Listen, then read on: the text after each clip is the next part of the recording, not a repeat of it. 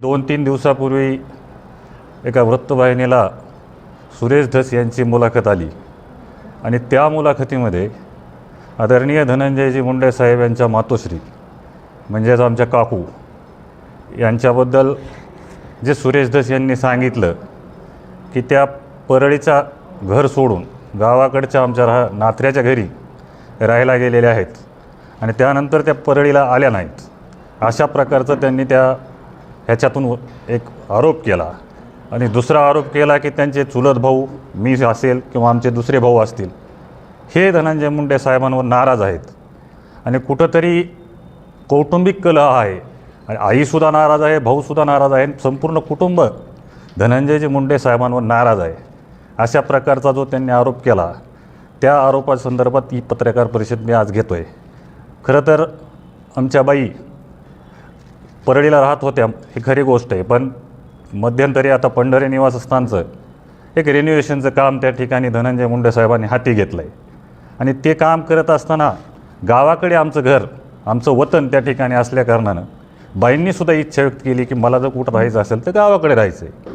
तर नेहमी धनंजयजी मुंडे साहेब ज्यावेळी परळीला येतात ते पण कधी परळीत राहत नाहीत, ते त्यांच्या आईसोबतच असतात, गावाकडेच राहतात. हे आपला सर्वांना ज्यांना माहिती आहे. ह्या सगळ्या गोष्टी बिनबुडाच्या निराधार आहेत. खरं तर कुठल्याही या गोष्टीला आधार नाही, कुठंतरी सनसनाटी निर्माण करायची म्हणून अशा प्रकारचे आरोप त्या ठिकाणी केले जात आहेत. परंतु आज खऱ्या अर्थानं आमच्या घरातील सर्वात ज्येष्ठ व्यक्ती म्हणजे आमच्या बाई आहेत आणि त्यांच्याविषयी जो आरोप झाला हे 2-3 दिवस मी विचार करत होतो की खरं तर आपण बोलायला पाहिजे की नाही बोलायला पाहिजे, परंतु आपण कुठवर गप्प बसणार. खरं तर धनंजय मुंडे साहेबांचा भाऊ जरी असलो त्यांचे कार्यकर्ते हजारो कार्यकर्ते आज गप्प आहेत. याचं कारण म्हणजे स्वर्गीय संतोष देशमुख यांना त्या ठिकाणी न्याय मिळाला पाहिजे. न्याय मिळण्याच्या हेतूतून आम्ही सर्वजण शांत आहोत. परंतु कुठल्याही गोष्टीला अर्थ नसताना उगाचच आमच्या कुटुंबाविषयी त्या ठिकाणी बदनामी करण्याचं काम त्या ठिकाणी चाललेलं आहे. मी आपल्या माध्यमातून सांगू इच्छितो की धनंजयजी मुंडे साहेबांच्या पाठीशी संपूर्ण मुंडे कुटुंबीय आहे आणि आज धनंजयजी मुंडे साहेब हे नेतृत्व तयार व्हायला 20-25 वर्षे त्या ठिकाणी त्यांनी ज्या खस्ता खाल्लेल्या आहेत त्याचंच फलित आज धनंजय मुंडे साहेबांनी महाराष्ट्रभर आपलं नाव त्या ठिकाणी केलेलं आहे. आणि आज दोघं बहीण भाऊ मंत्री झाले असताना विरोधकांच्या डोळ्यामध्ये कुठंतरी खुपतं आहे. कारण धनंजयजी मुंडे साहेबांवर कुठलेही आरोप नाहीत, काही नाही, कुठला विषय नसताना घेण्यानं देण्याचं त्यांना आज बदनाम केलं जाते. त्यांनी राजीनामा दिला, तब्येतीचं त्यांचं आज खऱ्या अर्थानं त्यांची तब्येत इतकी वाईट आहे, आज ते असे अनेक आजारांना त्या ठिकाणी सामोरे जात आहेत. अशा परिस्थितीत आम्ही सर्वजण मुंडे कुटुंबीय त्यांच्या भक्कमपणे पाठीशी आहोत आणि कुणीही या कुटुंबातलं नाराज नाही हे सांगण्यासाठीच आजची ही पत्रकार परिषद आहे. पण वास्तव काय आहे? म्हणजे तुम्ही हे तर सांगितलं की धनंजय मुंडे यांच्या आई तुमच्या काकू त्या तिकडं असतात, पण त्यांचं असं म्हणणं होतं की त्या इथं राहिल्या नाहीत, परळीमध्ये नको म्हटलं त्या घरी राहायचं आणि त्या नाथाला निघून गेल्या. ह्याच्यामध्येच तथ्य नाही आहे. खरं तर परळीचं जे घर आहे त्याचं रिन्युएशनचं काम त्या ठिकाणी काढलेलं आहे आणि ते रिन्युएशनचं काम काढत असताना असा काय कुठला गुन्हा आहे का की आपण आपल्या गावाकडे जाऊन राहू नये?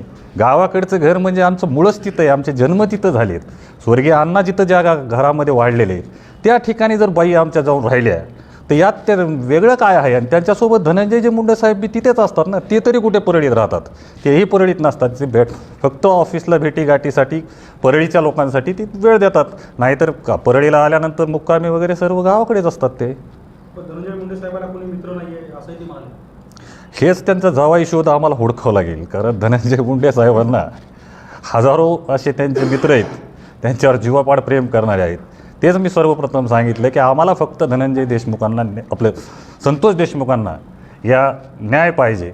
याच्यासाठी धनंजय मुंडे साहेबांचा कुठलाही कार्यकर्ता आम्ही आज बोलत नाहीत आणि ते न्याय आपल्याला न्यायव्यवस्थेकडून घ्यायचा असल्याकारणानं अशा प्रकारच्या सनसनाट्या आम्हाला निर्माण करायच्या नाहीत.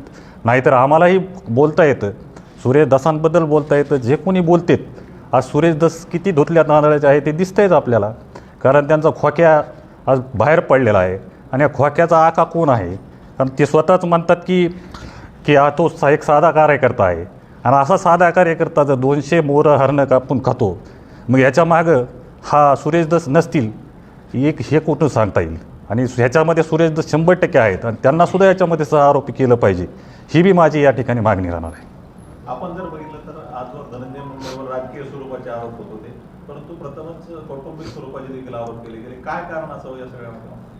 हो, निश्चितपणे आता काय राहिलंच नाही ना. आता काय दुसरा आरोप करायला काही राहिलं नाही, म्हणून कौटुंबिक हल्लेसुद्धा त्या ठिकाणी केले जात आहेत. पण कुठवर सहन करायचं? एक सहनशक्तीची पण एक मर्यादा असते. ज्या गोष्टीमध्ये कुठल्याही गोष्टीचं तथ्य नाही, प्रत्येक गोष्टीला कुठला आधार नाही, माध्यमांसमोर यायचं, कुठलाही बेछूट आरोप करत सुटायचं, त्याला काही अर्थच नाही ना. म्हणूनच आज कुटुंबावर आल्यामुळं कुटुंबातर्फे कोणीतरी बोललं पाहिजे. यासाठी मी या ठिकाणी माझी एक नैतिक जबाबदारी म्हणून मी या ठिकाणी आलो आहे. कारण महाराष्ट्राच्या जनतेसमोर चुकीचा संदेश जायला नको त्यांच्या माध्यमातून, म्हणून या ठिकाणी आज मी आपल्यासमोर आलेलो आहे. हा विषय झाला, पण नंतर जे विषय परळीचे गाजत आहेत, विशेषतः आज जे चार्जशीट आलं त्या चार्जशीटमध्ये तुम्ही ज्या कार्यालयामध्ये बसताय त्या जगमित्र कार्यालयाचा सुद्धा उल्लेख आला की जी काही खंडणी मागण्यात आली वाल्मिक कराड यांच्याकडून, तर ती खंडणी या कार्यालयातूनच मागण्यात आली असं स्पष्टपणे लिहिलेलं आहे. आपल्याला माहिती आहे इथं काय चालायचं? नाही, मला माहीत नाही की चार्जशीट मी पूर्णपणे वाचलेली नाही.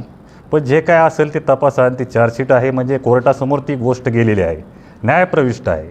आणि कुणीही या ठिकाणी आम्ही कोर्टाचा अवमान कधी करणारच नाहीत. आम्ही सरळ म्हणतोय की जे काही याच्यामध्ये कोण कोण दोषी असतील त्यांना शिक्षा झाली पाहिजे. धनंजय मुंडे साहेब तर पहिल्या दिवसापासून म्हणतायत, पंकजाताई म्हणतायत, असं कुठलाही विषय समजू नये की मुंडे कुटुंबाचा या आरोपींच्या मागं याचा त्याचा कसलाच संबंधच नाही ना. की आम्ही पहिल्यांदापासूनच मागणी करतो की यांना कडक शासन झालं पाहिजे.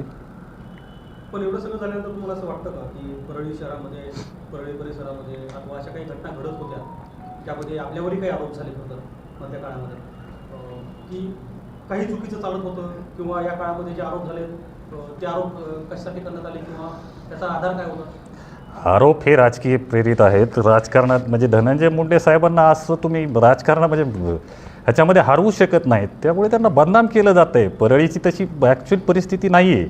ही घटना जी घडली आहे ती अतिशय दुर्दैवी आहे. त्याचं कुणीच समर्थन, ज्याला माणसाचं काळीज आहे असा कुठलाही माणूस त्याचं समर्थन करू शकत नाही. पण नाहक त्या ठिकाणी परळीची जी आज बदनामी त्या ठिकाणी होत आहे याचं खरंच अतिशय वाईट वाटतं. तुम्ही पहिल्यापासून जर संतोष देशमुख हत्याप्रकरण पाहिलं असेल तर त्या सगळ्या प्रकरणामध्ये जे आरोप झाले त्यातले 2-3 आरोप कायम सातत्याने होते. त्यातला एक आरोप असा होता की परळीमध्ये राखेची वाहतूक होते, अवैध पद्धतीने होते, वाळू मोठ्या पद्धतीने बाहेर उपसली जाते, त्यात अगदी गाड्या लावून स्टाईलने गाडी म्हणजे वाळू बाहेर काढली जाते. हे आरोप मी ऐकले. हो, आरोप मी ऐकलेत ना, पण या आरोपात कुठलंही तथ्य नाही. कारण थर्मलची जी राख आहे वेस्टेज राख असते, जे की आज आपण पाहिलं, मी लहानपणापासून पाहतो आपल्या इटके कॉर्नर चौकामध्ये एक बोर्ड लावलेला आहे की ती राख खऱ्या अर्थानं ती वेस्टेज राख आहे आणि ती लवकर उचलली पाहिजे. ती जर तशीच ठेवली तर आजूबाजूला प्रदूषण त्या ठिकाणी मोठ्या प्रमाणात होतं. आणि आज आपण विटभट्ट्यामध्ये म्हणजे विटांमध्ये जी राख वापरतो ती तिथलीच राख आहे ना, आणि आजूबाजूच्या थोडासा उद्योगधंदा त्या ठिकाणी मिळतो, एवढंच त्या राखेचा विषय आहे. पण त्याला आवचा भाऊ करून कुठंतरी कुणाकडे 100 टिप्पर आहेत, कुणाकडे 200 टिप्पर आहेत. मला तर एवढं तुमच्या माध्यमातून म्हणायचं आहे की सुरेश दासांकडून आपण ज्याच्याकडे समजा माझ्याकडे किती टिप्पर आहेत त्याच्या RC बुकची मागणी आपण केली पाहिजे. आणि त्याचे पुरावे मागितले पाहिजेत. आता ते आरोप करून पळून जातात, लगेच दुसरा आरोप करतात, मग पहिले आरोप विसरतात. आता तुम्ही मागा राख, खरंच राखेमध्ये किती टिप्पर चालतात, किती कुणाचे, ते ज्याच्याकडे 100 टिप्पर बनले होते ज्याच्याकडे त्यांचे RC बुक वगैरे ते द्या म्हणावं, त्याचा पुरावा तुम्ही मागितला पाहिजे. मला या ठिकाणी साहेब खरंच सांगावंच वाटतं ते. साधारणतः 2 ते 2.5 महिन्यापासून हे सगळे आरोप होत आहेत, परंतु त्यानंतर तुम्ही आज माध्यमांसमोर येऊन ही भूमिका स्पष्ट करताय. उशीर झाला थोडा सगळ्या गोष्टी? नाही, उशीर माझ्यातर्फे नाही झाला. माझा विषय एवढाच होता की माझ्या कुटुंबावर अतिशय चुकीच्या पद्धतीने आरोप होत आहेत. जे काही आपण पूर्वीचे आरोप होते त्याच्यात धनंजय मुंडे साहेब वेळोवेळी व्यक्त झालेत, त्यामुळे व्यक्त होणं अपेक्षित नव्हतं. त्यामुळे आज खरंच कुटुंबावर आलं. आमच्या घरातील सर्वात ज्येष्ठ व्यक्ती ज्यांनी की सर्वांनी म्हणजे त्यांनीच आम्हाला लहानाचं मोठं केलं आहे. मग अशा विषयी चुकीची जर गोष्ट जात असेल तर माझ्या मनाला त्या ठिकाणी पटलं नाही, म्हणून मी आज या ठिकाणी आपल्यासमोर आलो. आपण म्हणालात की धनंजय मुंडेच्या पाठीमागे पूर्ण मुंडे कुटुंबीय आहे, परंतु पंकजा मुंडेंनी असं म्हटलं होतं की धनंजय मुंडेंनी याच्या पूर्वीच राजीनामा देणं गरजेचं होतं. नाही, त्याच्यावर त्यांनी स्पष्टीकरण दिलं असेल असं मला वाटतंय. मी त्याच्यावर बोलणं, मोठ्या भावा बहिणीबद्दल बोलणं मला काही संयुक्तिक वाटत नाही. चला, ओके.